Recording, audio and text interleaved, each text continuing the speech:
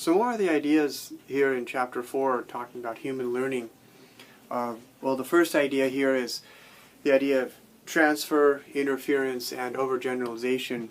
Transfer just being that whenever you learn something new, you already might know, you may have already learned other things, and then that will positively transfer over to learning the new thing. So you're not learning everything completely from scratch.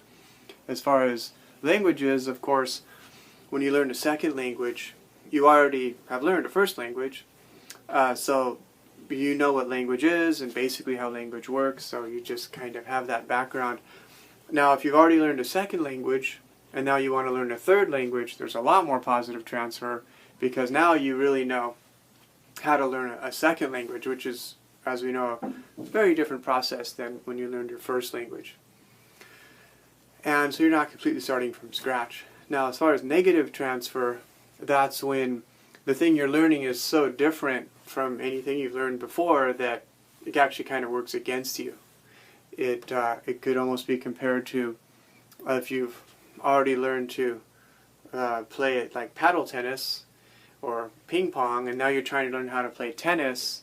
You might hit the ball improperly or too hard or too soft because what you've learned is actually quite different from the new thing that you're learning, even though it seems similar.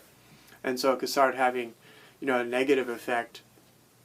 And interference would be the biggest negative transfer. That's where, of course, how the second language is so different than your first language that all of those differences are technically going to cause problems for you because, you thought language worked one way and then this new language has a whole different system. So that would be considered interference, which most people think of interference as being the biggest problem when you learn a new language, that all the words are different and the pronunciation is different and the grammar is different. But actually research has found that really most of the difficulties in learning a second language are more about the complexity of the new language and learning kind of how that system works. It's not as much a translation problem or interference as much as just the intralingual, not interlingual, but intralingual type of difficulties, that you'll face. Overgeneralization is when you learn a rule and you assume that it's going to apply to everything, but it doesn't. For example, you might learn that the plural is adding an S, like car, cars, but then when you learn like man, you would, and not to say mans, but the irregulars like men, people, feet, children, then that is going to be a mistake based on overgeneralization. Or adding ed to the past tense is not going to work for all the irregulars. Like you can't say threwed or eated or teached. So that's going to be, classified as an overgeneralization error. And but basically, the idea here is that when you learn a new language, you have all this new information, and your mind has to process it in different ways. And again, fitting it into the different categories, basically of what you already know. One of the interesting terms is the inductive versus deductive reasoning, which, just to be explained, deductive first is when deductive is you learn a rule and then you look at all these examples of the rule and then you practice it, kind of the traditional way you think of learning grammar, for example. Whereas inductive would be maybe reading something and figuring out the grammar in a way backwards. And we kind of like inductive reasoning for language learning because you get kind of the language sample first, and then you figure out the rules and discover things by yourself. And we feel it's more of a natural language learning process. Of course, when you learned your first language, so much inductive reasoning as you're just trying to figure out all this input that you're getting and all these language samples that you're getting. So the traditional classroom is very deductive, and even to the point where the teacher or the master is just saying this is true, this is the content, and your job is to memorize it and then put it on the test. And that's kind of an extreme example of a very deductive learning method, as opposed to, as we said, discovering things for yourself. Another question is language aptitude, in terms of whether some people are natural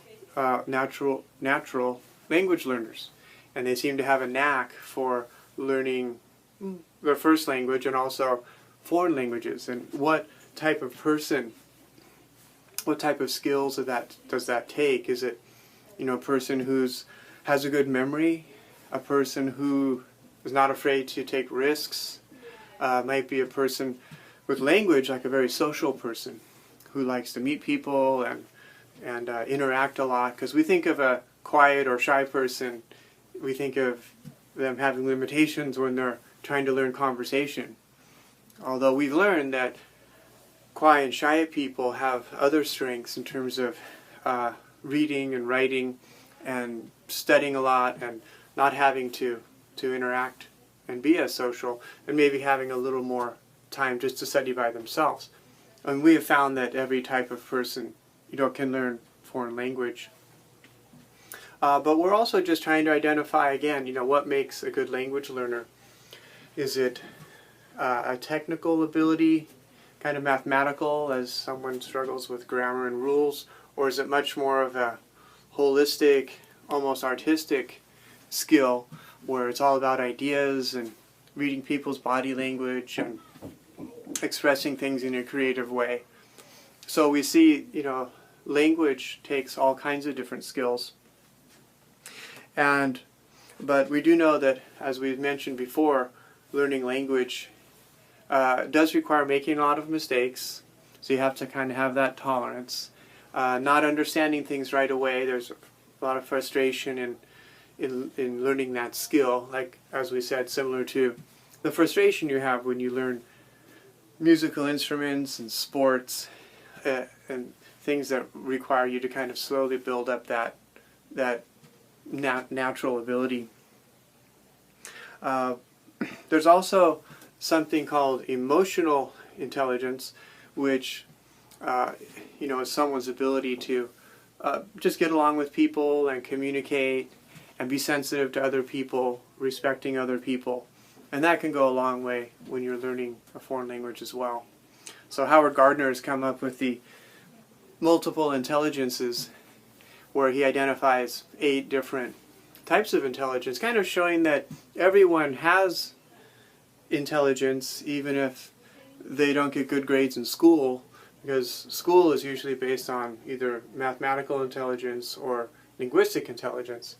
And some people have other intelligences or skills with art and sports and interpersonal, and that they're not always rewarded with good grades in school, but they have those intelligences.